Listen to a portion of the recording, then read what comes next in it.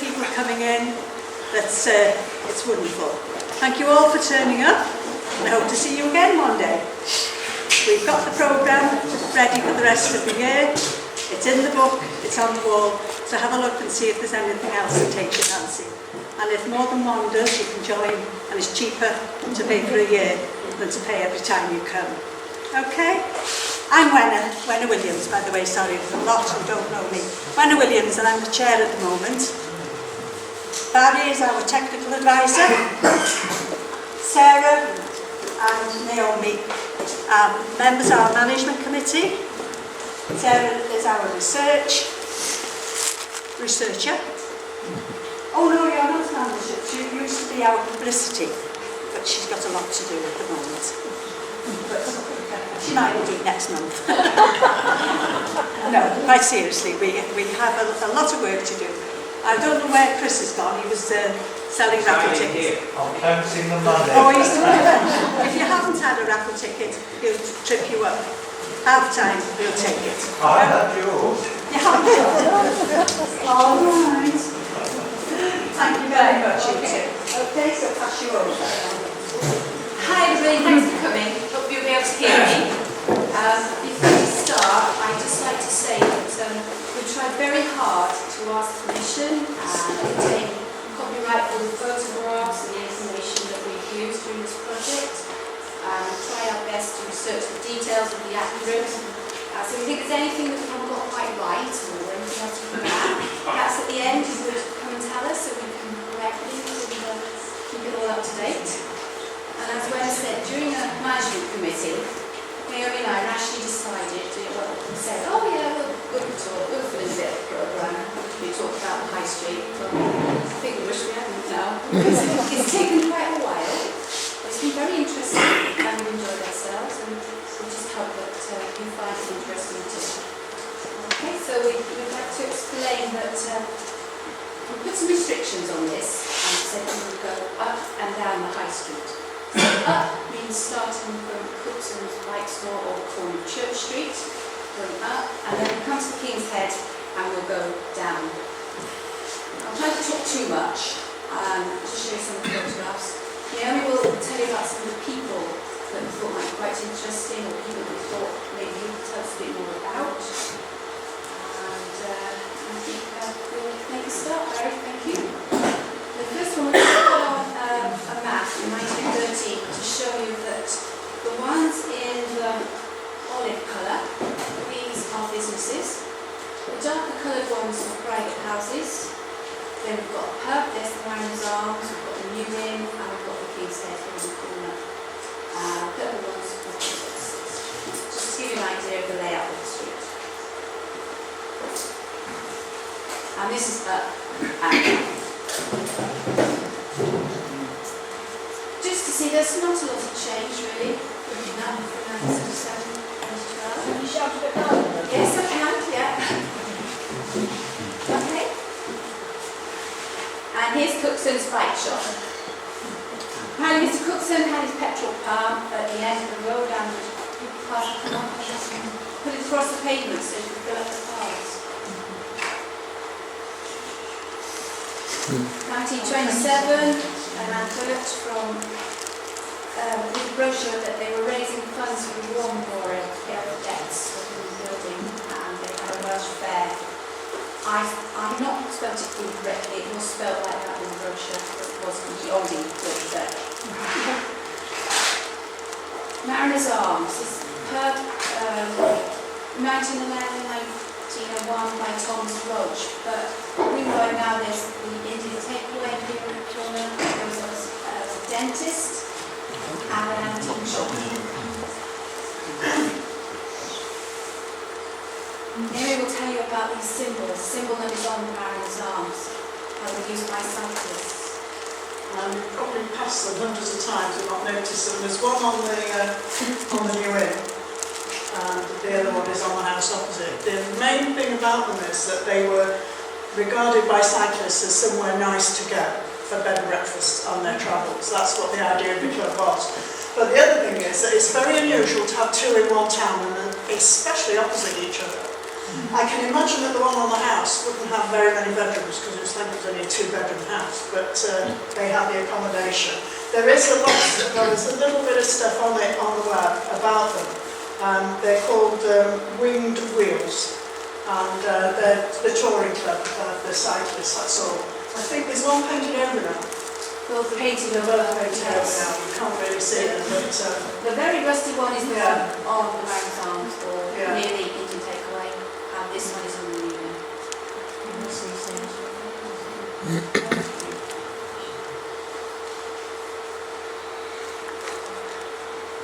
so Sorry, talking about?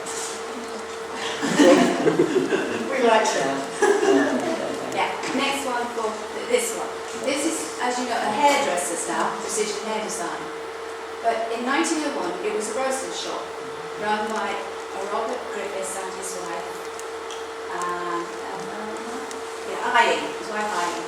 They had living with them their nephew, William Henry Davis. He was helping in the shop. He was also being trained by his uncle, because a few years later, he moves up the high street and opens up another grocer's shop. This is where the Spa is now, but this was before it became what many people may know as E.B. Jones. But by 1911, just go back to that, the other nephew, there we go, that's the one that's standing outside. This is Robert Arthur, the nephew who was standing outside his shop. I did approach the owner of the hair company and said, I'm doing a picture slideshow, and show him the photographs. Would you like to come and stand outside your shop? No, and take pictures the same? But he said no. So you have to imagine that. Number one, a very small little shop, but when Henry Jones died, his widow decided she'd open a fish shop. You remember there was a fish shop next door, but she obviously started with the idea of trying to sell fish and chips, because on the 1911 census it's down as a fish and chip salon or saloon. But then the Mr. and Mrs. Roberts that took over, this was the eldest son of the Roberts from the Central Stores. The two younger boys were running Central Stores, and he didn't want to be a grocer, so he became a plumber. And then I believe his son took over afterwards. I put questions on these because I've heard people talk about them, and I'm not sure they're confirmed that they are those. So tell me those later. So this then became the fish and chip shop that everybody seems to remember. Been a food production shop for many, many years. We now recognise it as the Chinese takeaway.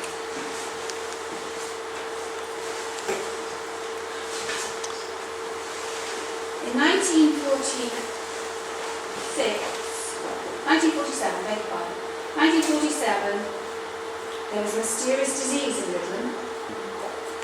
Many people said they'd been poisoned in the chip shop. The oil was poisoned and they'd all got polio. So I thought, well, I'll have to do a bit of research on this. So I had a look at the old newspapers and British Medical Journal, and found out that there was a mysterious disease in Rhuddlan, with people having paralysis of their hands and feet, but it wasn't polio. It turned out to be something called peripheral neuritis.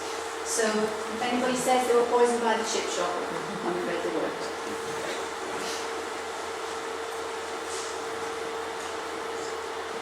I think many of you will remember this one as the Welsh Lady Cafe and Tea Shop. I wonder how many can remember that there was a German restaurant for maybe a year or so. Charlie's. Yeah. And now it's a kebab shop, Ourselves. which my son does frequent quite outside.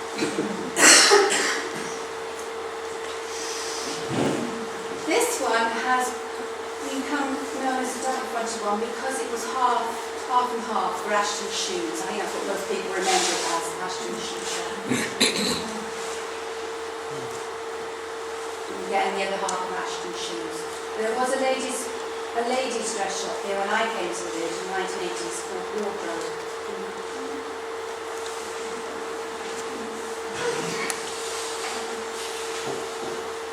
Number 6, Downsby Antiques. A lot of changes in this building. because a lot of you will remember it as newsagents, particularly Betty Woolies and her newsagents.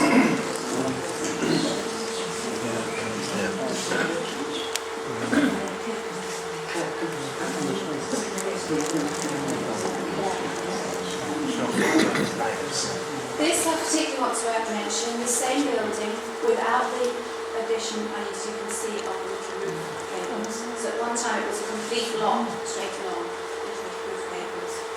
And this was number 6, the Oxford Cafe. Liz Williams lived here and had a cafe, and it's also where Trixie Williams lived, who was brought up here. Trixie Perry. Sorry, beg your pardon, but we know it's Trixie now. Yes. Yes. And I'd also like to show you on this particular picture I've got this is where the butcher's shop is. And as you can see, then it was just a single-storey building, but was built up later date to match in with the rest of Leith House. I thought you might like this. I found it in Regent's Park Garden. We find a lot of things in the high street. This wainscot, apparently outside curtains, it's got the address, it's just on this plaque here. So, I don't know who they think was going to nick it, but it has this address. But it does appear further up the high street in a later photograph. I'm assuming it is the same machine, so it has moved up a little bit further on later on. Woolies were there for 19 years, so I'm sure a lot of you will remember. Betty and Harlan. And everybody knows Wendy Clayton's. Now a dress shop. 1901, 1911, same family.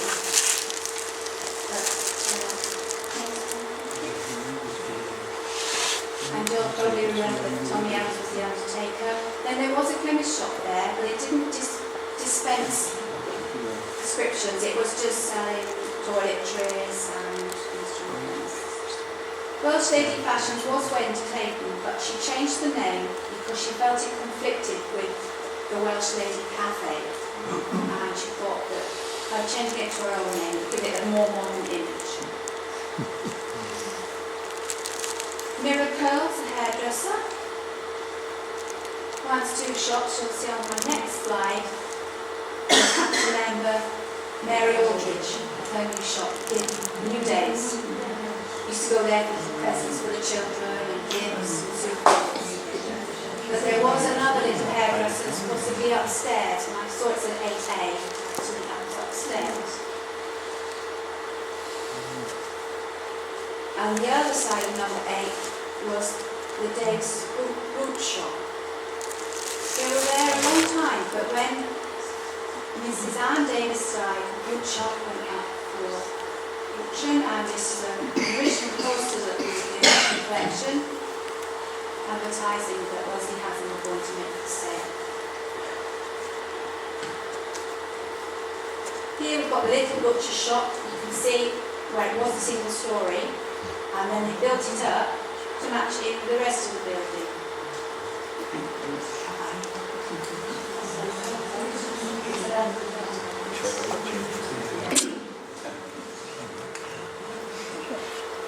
William Davis owned the whole block of this house.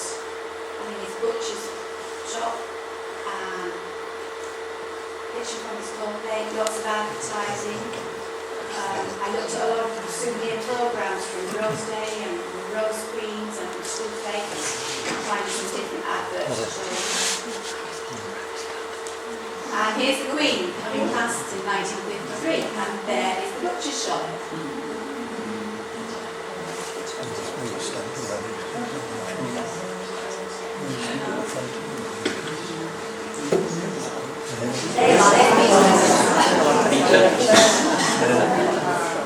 Yeah, apparently one price for his window display.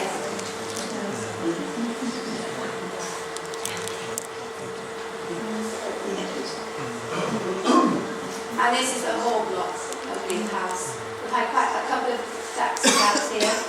And originally this end of the building was the White Horse Inn, with a crane attached to the side of the building, just there, to help with the barrels, that stuff.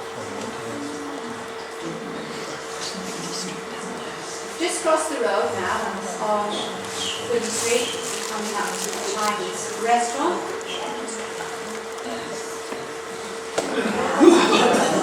Remember that, there are two more buildings on this place, that cottage and little cottage, all that was the fire station.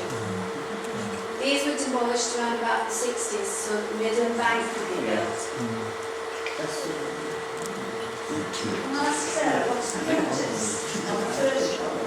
We don't know what the notice is, we haven't been able to blow the picture up enough to be able to read what it said. It's for the West Lane Chapel.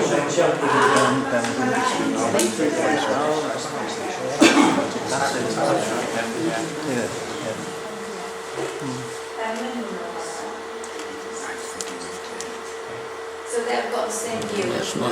Rhuddlan Bank was here, and then the Chinese put their extension on. That's why.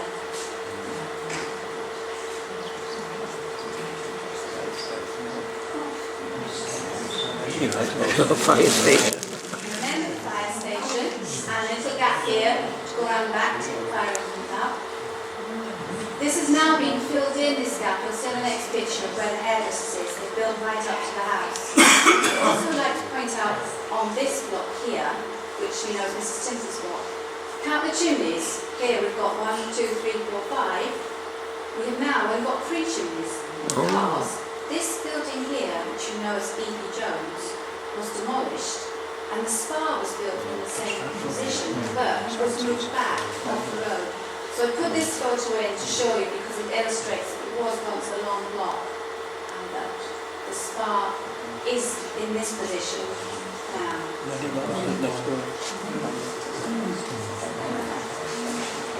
There's the end, the hairdressers with their extension coming right up against the wall now.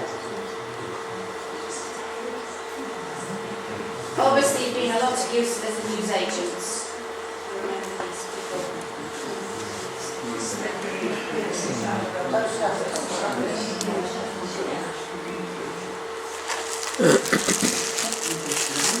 Oh gosh, jolly.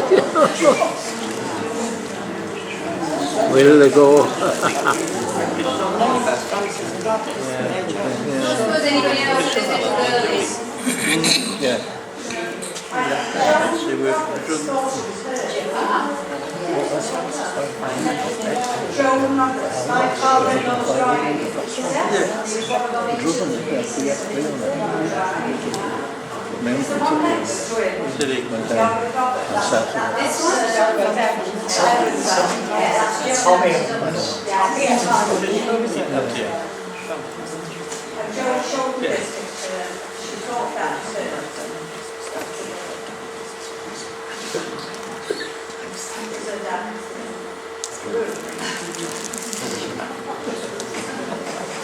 We've had quite a few uses, change of use in this shop as well. I find that in 1901 and 1908 it had a different name now. It's called Priest Colin, and it had a Baptist minister in there. But I don't believe it's called this anymore. The name now is a translation of that. Right, thank you.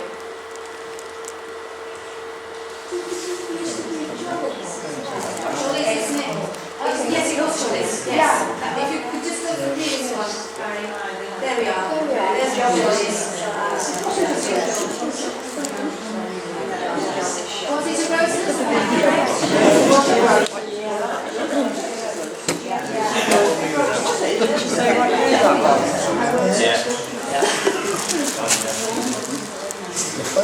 Moving on to the next one.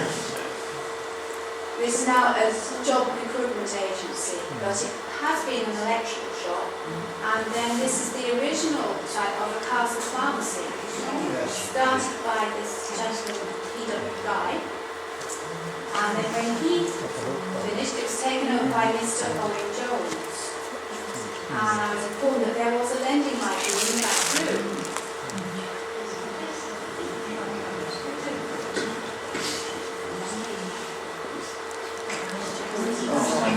You'll recognise this back, and then you'll all know that Jack's down in South Park. Yeah. Nice models, do you remember them?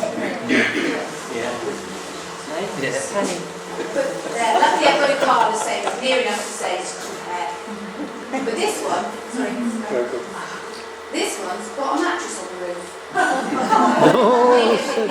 have no idea why it has a mattress on the roof, but and you can still see at this time that Evie Jones is there along the chimneys. And now we're down to 3. Because the spark is goodness, in the yeah. same space. Well,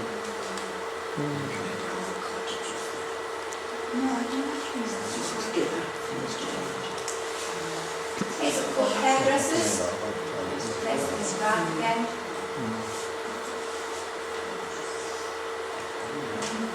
And quite a few uses in the florist shop. Doreen Fashions was also a shop belonging to Wendy Clayton.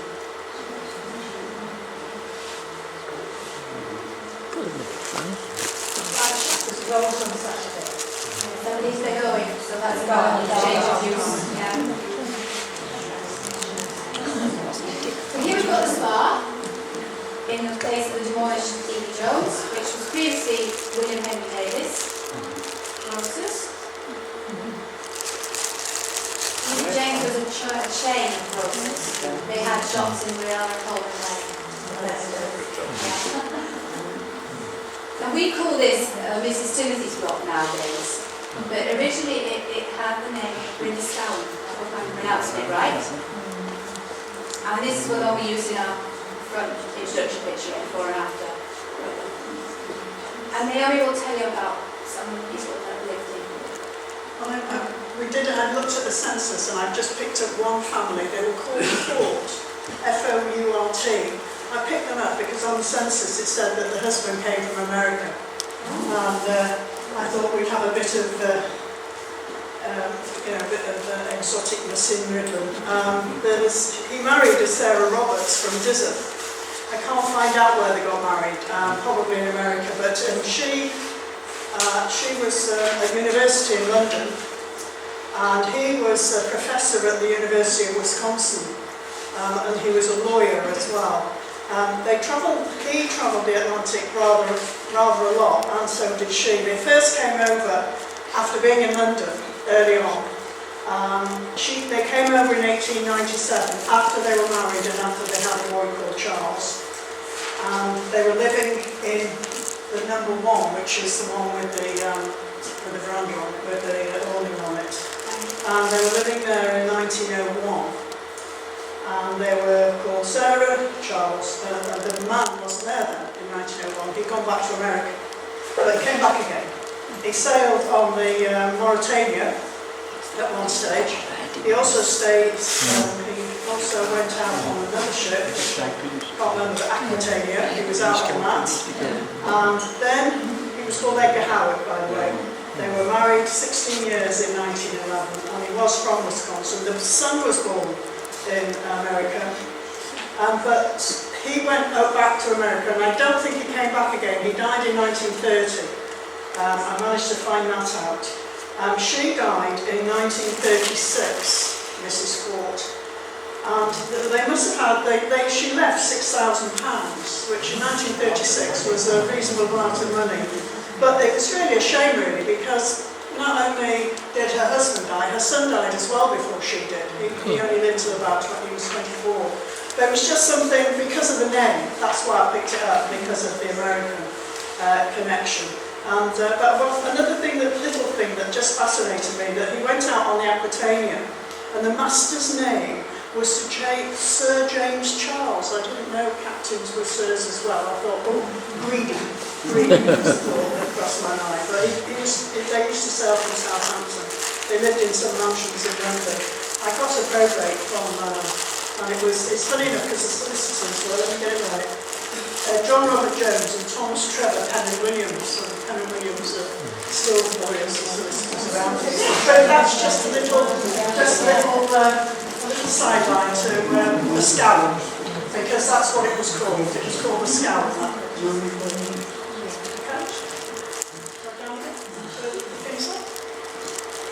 We've come to number 2 in the middle, which was, obviously there was 3 houses here. For instance, the price of 3 houses, 1, 2 and 3.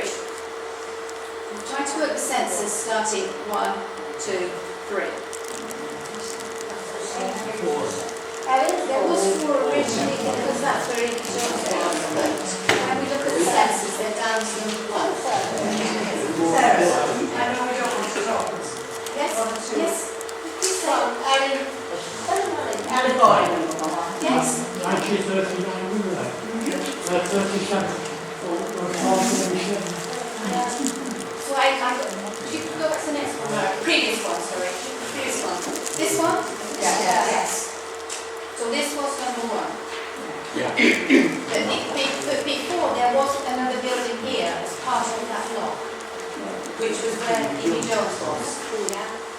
Okay, thank you. Number 2. Number 2, as you see now, there's 2 shops here really, but 1 front door.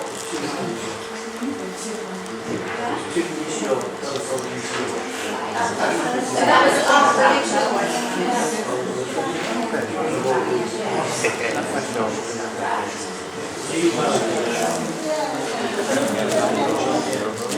And then we come to number 3. It listed on the census, it's down to number 3, we don't have a number 4. Yes. Is the 4 houses because of B.B. Jones or not? The block was knocked down on the left-hand side. Yes. Yes. Because we're counting the 2. Yes. Right. Okay. So really we should have this down as number 4. There we are. Yes. So I should have this slide say number 4. This slide should say number 4 for this one. Right, thank you. This is what please already said. I tried my hardest to get the right numbers. So I'm grateful for any help and corrections. You know the ones on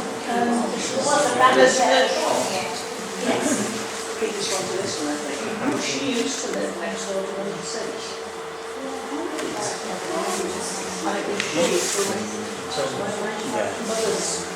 Mother died giving birth to her. It was she who temporarily arranged it with Miss Williams to look after her. But it lasted forever, you know. We're not sure about Mr. and Mrs. Fort, you see, because according to the census, she's on a different number in 1911. So whether she swapped ends, I don't know. She might have decided she liked the same next station. Well, there was another family in there as well in Rhuddlan.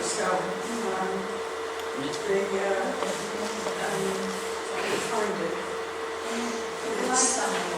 It's the Kilners. Now, the Kilners married into the Coreys, and the Coreys married into the Hollands, and this is another story for another time.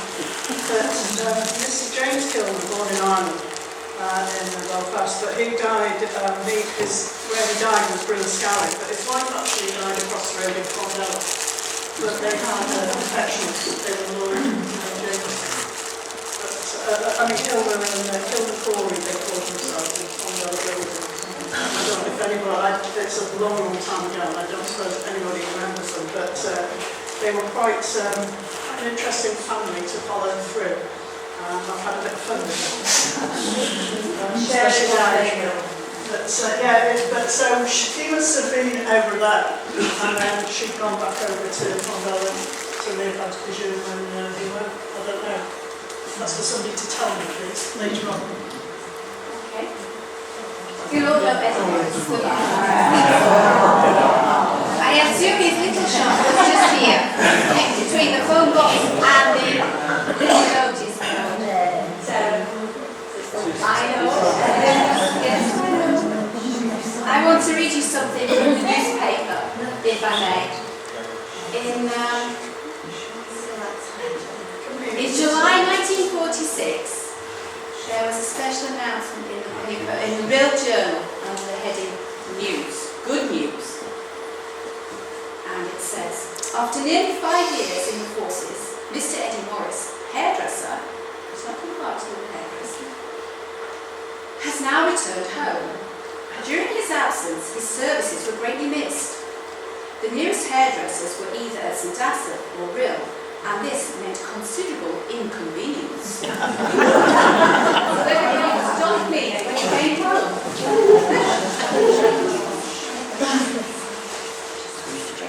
I put the lock up in because you always see this in the pictures. And is this Eddie's little building here, possibly? Yes. And I think they needed a lock up because of all these pubs that we had. And obviously that's the site of the lock up.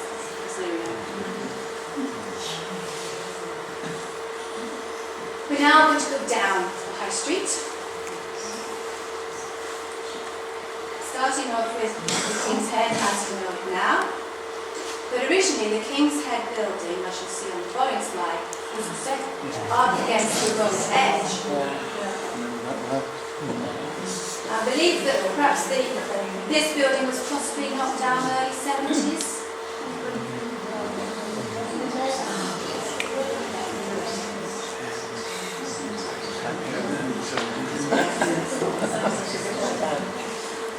Next door to the King's Head was another pub called the Black Hotel. I put the picture in of the Blackmore, and this is written on top of the picture. It's very difficult to see. It says, "Oh, the old Blackmore's Inn." Now, I have my doubts whether it was the picture that was outside or on the wall, or was it even connected to this actual Black Hotel, or was there another Blackmore pub? I haven't been able to find that out. Was it called the Blackmore? Well, this was called the Black Hotel. Yeah. So, The castle inn used to be called Black Bar. right. So, it's, Black Bar. yeah, so where this painting came from, but it's now in Hodnett somewhere else in the shop. And it could be a signboard from the outside of the inn. Also with this painting, I want to show these two slides. Because I always thought that the Black Hotel had been demolished. But looking at the architecture and structures, we've come to the conclusions that there were a lot of changes on that site. And that these buildings, this one here, was built up and incorporated together with this because it's got two gables here and two ends. And we've got a very old chimney stack there. So, I believe there was changes and not demolition. Yes, we'll come to that in a minute. We'll now go back. The next picture will show you again the change to the King's Head. Because we've got the Black Hotel here and the King's Head. And this other building, sorry my figure's shaking a lot, there we are, next to the King's Head. This part was not blocked or refurbished to form buildings that were called Grinterian. And here was Mrs. Morris with her cake shop and her confectioners. You'll see further pictures of that in a moment, but then that was taken over by Tom Anwell, and he had his bake set, but he also moved into Fondella as well when he wanted a bit more space. I will show again on the next slide. There's Mrs. Morris.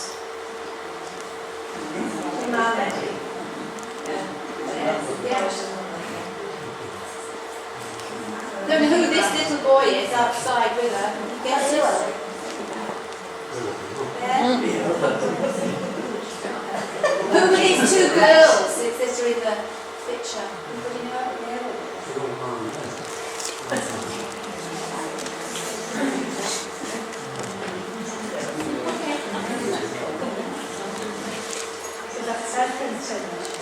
So this also shows, there's the building Mrs. Morris, you see, which is now formed, but this gable here is the end of Fondella building. So when that went, that's the gap now to the Courtyard Cafe, which will incorporate the bakehouse and the back buildings that Tom Anwell had in his bakery. They've got front view of Fondella now. That's very old when you're upstairs. And this chimney, very old chimney. This is the Vilbis Fondella that Naomi was mentioning. We haven't heard this before, his filthy person, his name, but it gave us a good location that we knew it was next to the post office, and we were going to see it in Jeanette.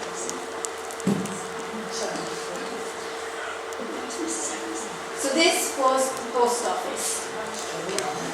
My old letters. So there we can match up the windows. Because at first I was convinced it was the shop next door, but obviously due to changes in the building frontage, we can just confirm the windows and the fact that Bilby's Cafe next door to the post office.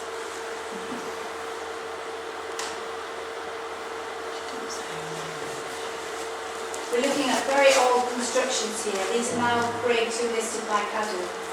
I had a word with the undertaker, who's in the next shot, Bryn Arwell, and he told me that 2 years ago, Bryn Arwell was listed by Cadw. They came down to check them because he told me there's some very old beams in the roof. So all this particular area is particularly old part of Rhuddlan, the oldest building on the High Street. But you'll remember it for being a butcher's shop.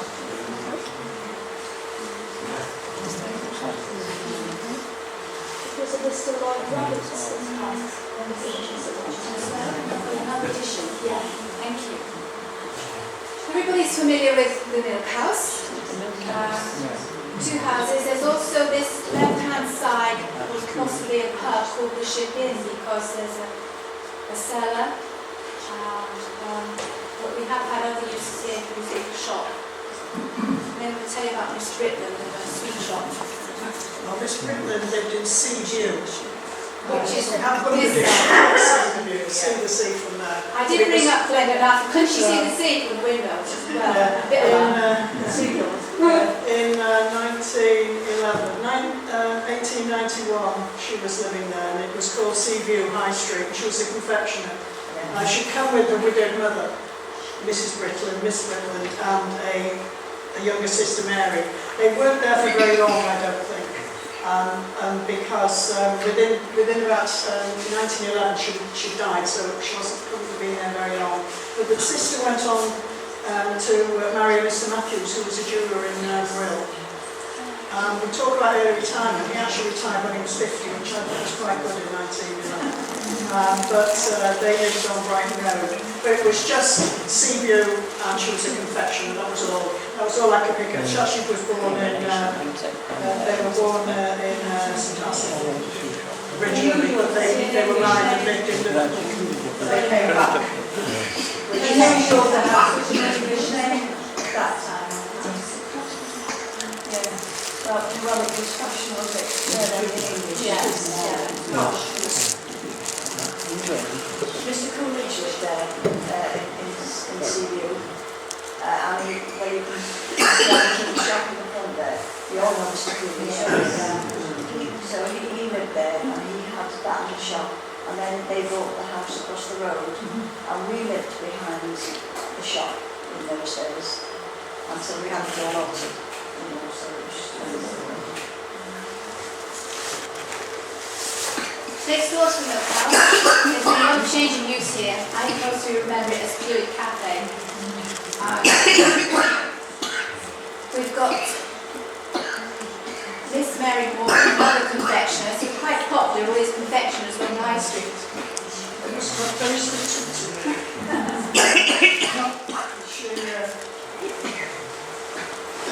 They were there very long.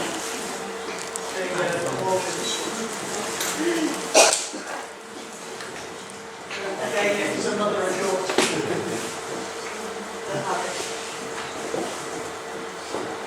We had a bit of confusion, Sarah and I did, because the father married again, and he married a white bird. His second wife was the same name as his first one. Which caused Trying to work out which one belonged to which. yeah, we couldn't work out who was who, but anyway, there was a Miss Morgan there. Anyway. So there's been bakers and tea shops and delicatessens in these two buildings here. Because I remember baker's tea shop in this one, a little delicatessen and then a tea shop. They have had, as you can see, other attempts to keep it going, different businesses. Mr. Gardner's cottage on the end a lot of change in the construction of this building. As you can see, it started off a tiny little building here. Then they've had the roof extended, then they've had a gable put on. So a lot of changes to this shape here. Mrs. Hager did that, she had the fencing there, and she did that, she sold the bed, but it kept it right. Changes to the house. Put some views of Parliament House on for you, just to show you some different shots and just to show this one was removed and then the peg was come off and got back to stones. This part at the top here, originally bricked up and now redone and put a window in. We've had various little shops here. I've seemed to find a newsagent's, possibly an electrical shop, maybe a little tobacconist. I've got a picture with an advert that says cats down outside. And maybe even a shoe shop, a shoe menders.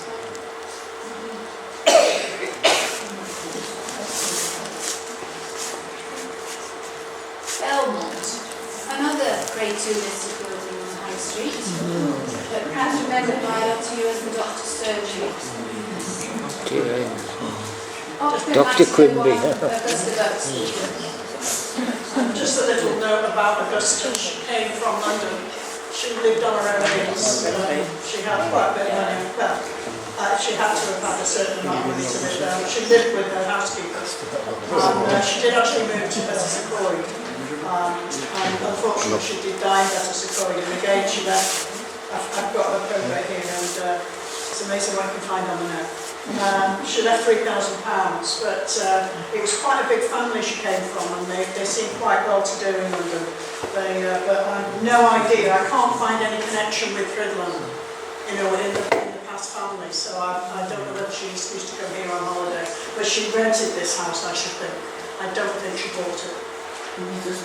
She was there for about 10 years. She was there for a while, yeah. She was quite elderly when she died, she was about 80. But I'd like to know what it was like when she was actually there. She didn't have running water or anything, you know. But so that's the last family that I've got. The little beauty salon on the corner. On the 1901 census, it's not there. It's not listed at all because it obviously hadn't been built. But adjacent to it is Central Stores. Everybody talks about John Roberts and the Central Stores. I had a daughter called Evelyn, and I was supposed to keep her occupied in the family. We built her a little shop, and she had a milliner's there.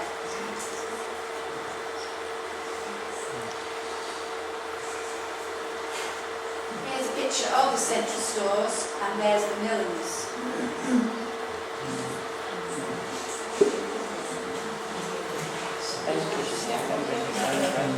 We've had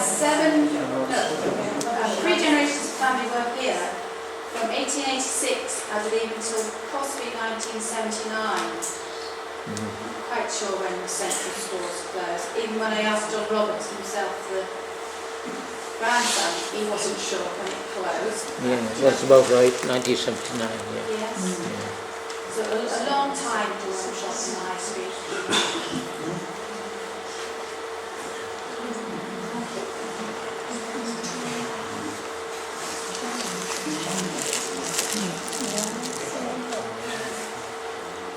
And now we have a beautiful parlour here. But I think when it closed down, possibly in 1979, it was taken over by the Russians.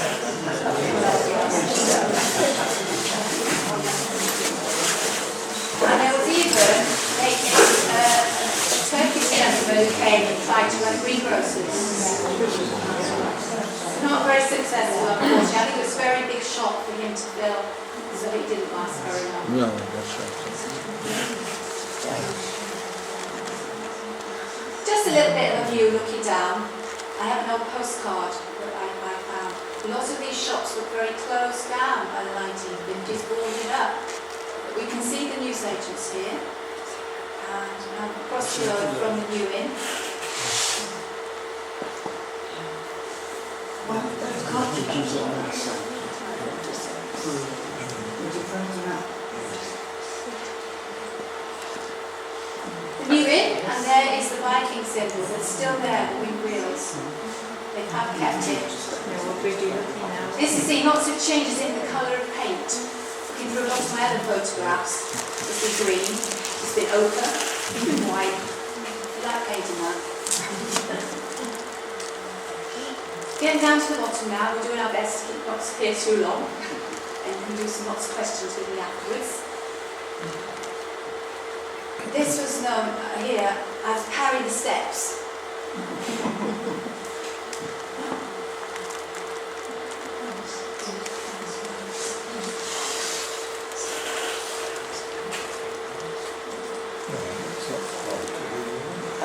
And next door, we have where the policemen were living. John Jones, 1911, on the census. Gomer Jones, I like that name, I thought that was quite unusual. He was living with his sister in the police house.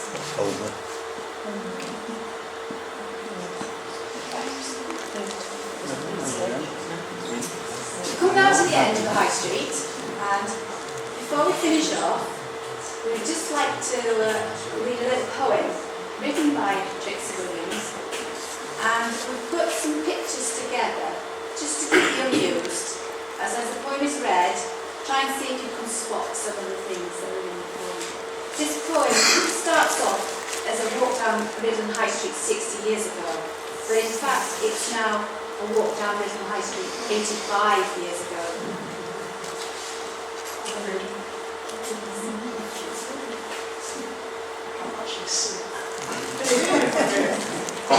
Would you like a little tiny torch? Right, okay. It's Rhuddlan High Street.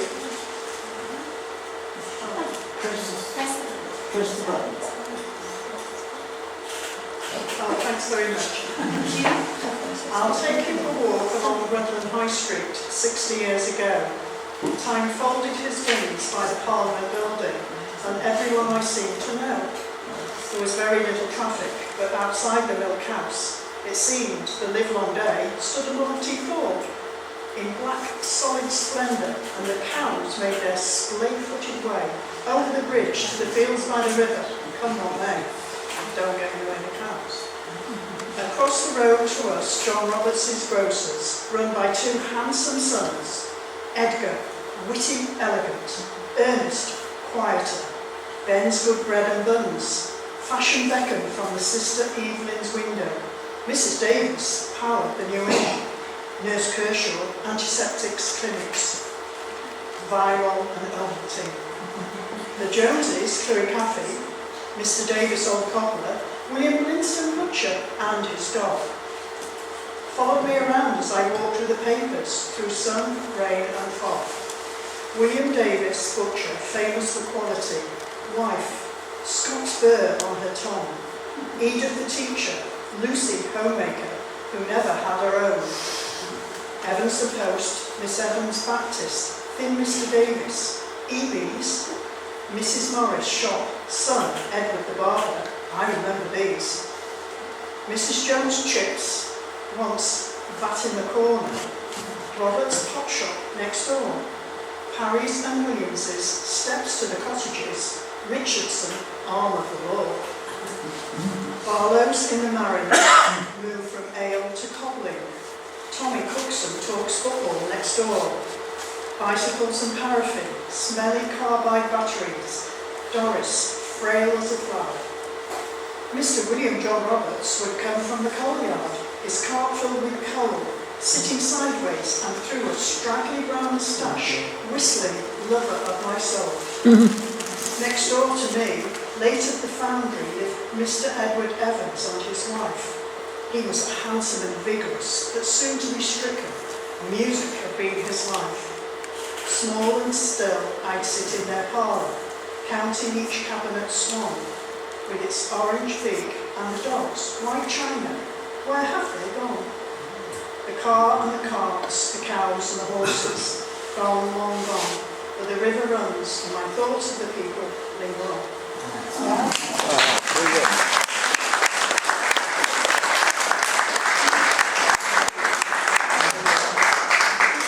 Just to say thank you to everybody who helped, and we do appreciate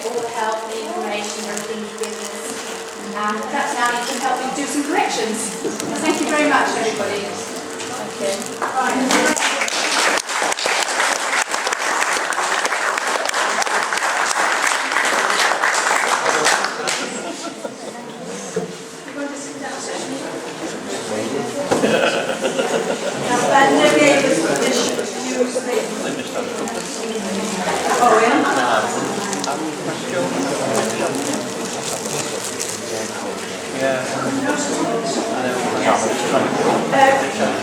Trixie Williams wrote the poem. Can I just tell you about her very quickly? Not a lot. But Trixie wrote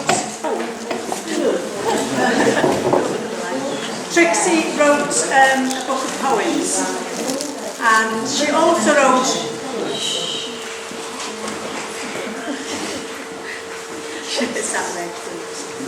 She also wrote a bit of her life in the village, and it's typewritten, but it's made into a book. And some of you won't know, but we have a web page in the progress of being set up, and I spoke to them yesterday, the day before, and they have. Sean has said that he can actually copy the book onto the website. Rather, we thought we'd have to type it out again, didn't we, Linda? Yes, when you came to my house, you said. So that will be going on, and hopefully the High Street, and reference to the book. So it's absolutely gorgeous. Well, thank you. She'd have been making to village. Yes, well, with the pictures. yes, and you missed it just standing up there having a cough. Thank you, Beth. Can I just say thank you to Sarah and Naomi? You have no idea, well, you must have an idea how hard they've worked on this.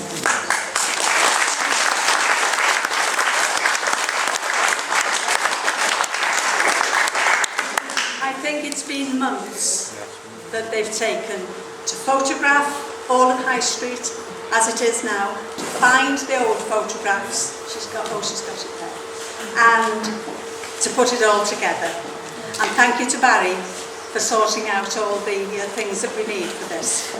We came here instead of the other room where we normally meet, because when we were in church on Sunday, in the open doors, Isabel came to me and started to panic. I said, we're not going to fit in. So all the people have told me that they're coming, and some of them are not here. So, you know, it would have been a few rows forward or back. Thank you all very much for coming. You've had a good £2.50's worth. And now you're here, before you go, I want you to do the corrections and say, any more you want to look at, go back and tell me to make any more additions or anything, so that we can keep some I saw one spelling. Right, no. It's only the teacher in me. No, it's where you had Brynterion. Oh, right. One little place, it was in Brynterion. Right, so And that, when I get back. yes, Barry. I make a plea, please, all of you. This is history we've got together, but there's loads more history in all your houses. We want it, please. Please, we can copy it. I can even bring the computer and the scanner to your house, scan them in there and then, so you don't have to leave your house. But I'll tell you a little story we had 18 months ago. Met a lady in the street, said, oh, you're from that history group? I said, yes. I said, oh, Mrs. So-and-so, she's not very well, but I've been to see her, she's got loads of photographs and albums, and she's got the history of the village from her life. So, oh, great. Well, I'll go and ask her if you can go in and get them and and have a look and copy them. Okay, so next time I saw her, she was nearly in tears. What's wrong? Well, the sun, she died, so the sun came and they went over the skip. He said, I tried to rescue them, but they got paint and dirt and all sorts of them. And she said, I think there's about 15 albums there that have gone in the skip. That's 15 albums of history with what? So please, even little photographs you don't think much of, they're still history. And we need it, please. Thank you. Just to add to that, on Sunday in church, I'd taken the folders that, the files that Mike Demak put together for us, and we've still got piles more to add to those. But people were looking and looking and saying, yeah, I know those. And it helped a lot that, for instance, there was one about the football club and there was another one about a trip somewhere. And we were able to go around them and add the names, because we always do back row, left to right, centre row, front row and so on. And as many people as we can. So anything you've got of your mums, yours, if you're old, your mums or your dads or your grandparents.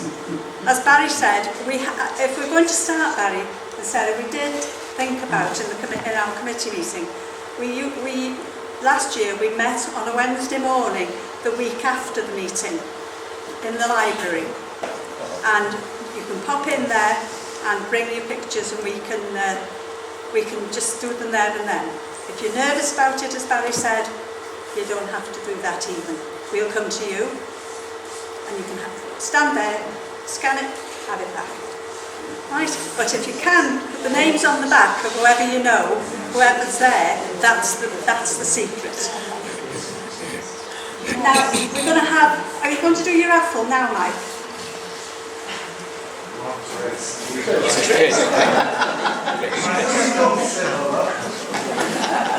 Sorry, Chris. Have you all had a ticket? But you wouldn't want to be left out.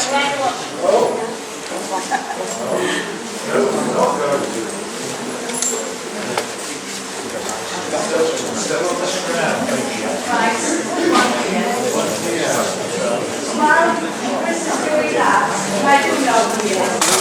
Alan has brought the Thank you very much. If anybody wants to buy this, this is on the 60p. This is not Thank you. not just a parish magazine, it is a community magazine as well. Right? If you haven't seen it, and it is in quite a few shops. I can see by some people's faces they haven't seen it. Lovely. Right?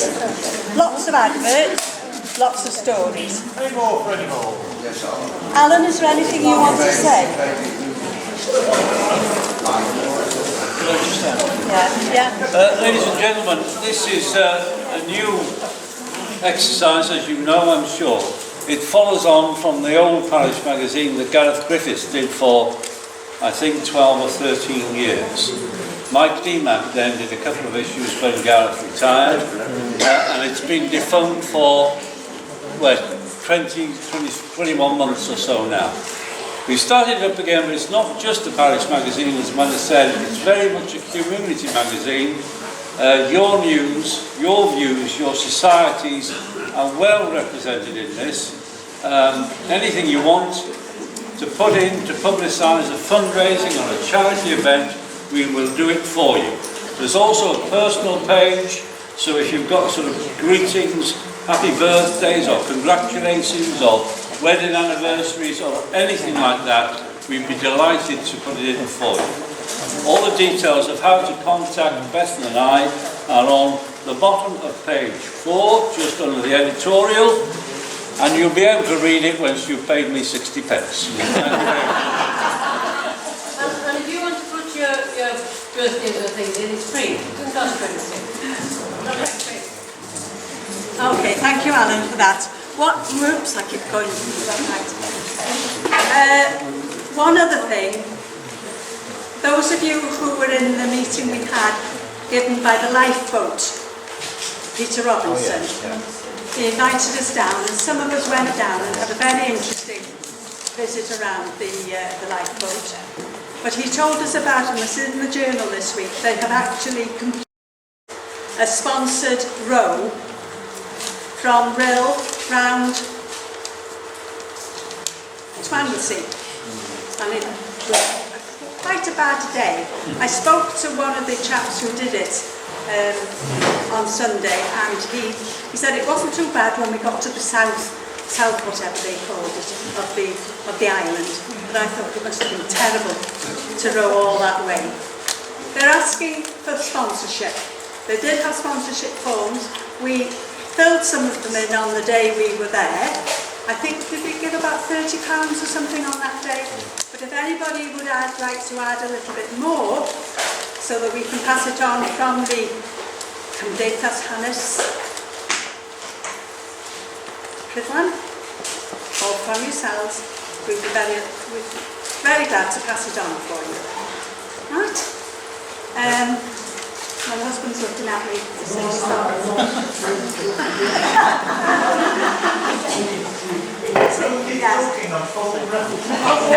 No, there was something else. Other teas come. I'll remember in a minute. Membership. Membership. Oh, membership, I've said that, £10 payable tonight. Those of you who haven't joined, if you want that membership. And we've got a card for you that gives you the programme fee. Okay? And welcome back, Roger. Not been well, nice to have you back as a member. Okay. Now he's going to put it on my head very quickly with really profound on the teas. And if there's anything you want to yell out, I'll write it down. Okay? Thank you.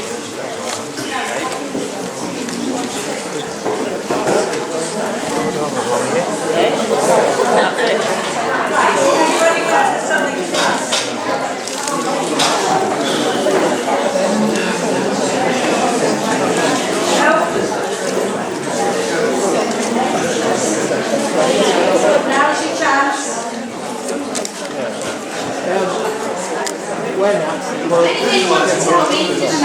A scowen. 23 High Street was a police station as well. And it was a post office 3 years before that. Because the post box is been built in on the wall.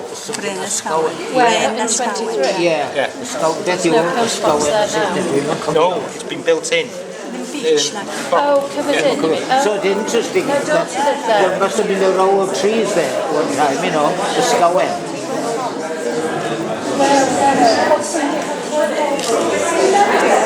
Excuse me. Thank you. Yes, the one on your left top to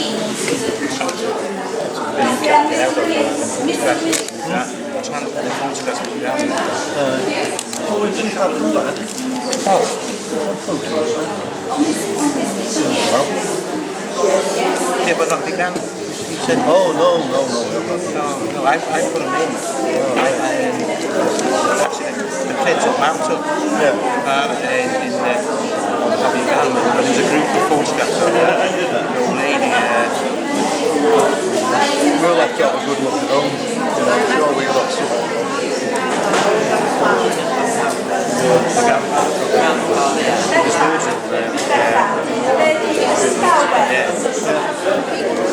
I was getting a bit interested in who lived in the doctor's surgery, house, the Buxtons, because that was my grandmother's.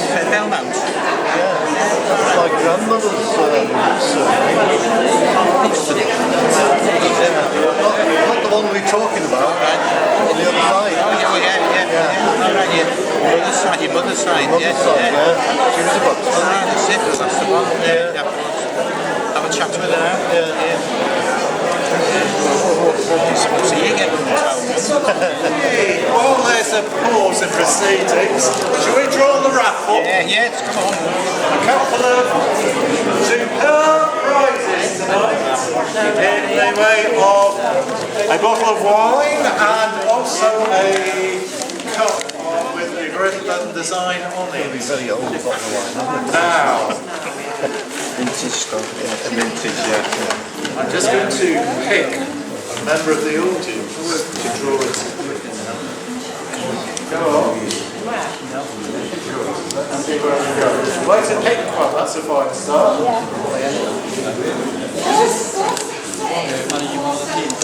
466 to 470. There's only one prize. Oh yeah. You need a punch here? They're getting our group, as you, about 20 people. Tonight. So we don't get out that many this week. Oh yeah, that was on Monday.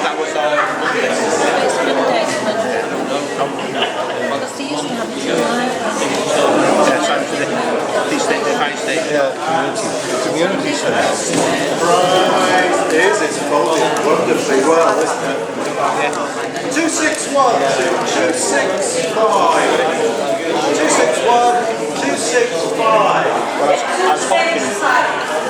was hoping Friday, and he's got the history of the Ottawa. Thank you very much. It's in the lorry. It's basically it's going to go library now, but there's a talk on it. Thank you very much. Is that it?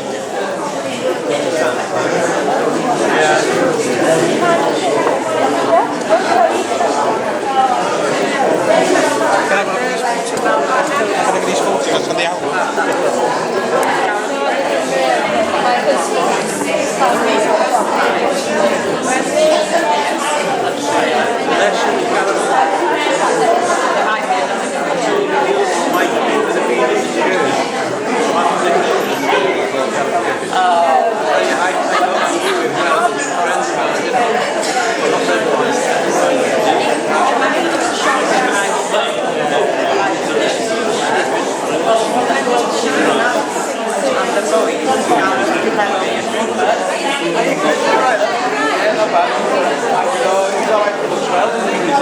Can I make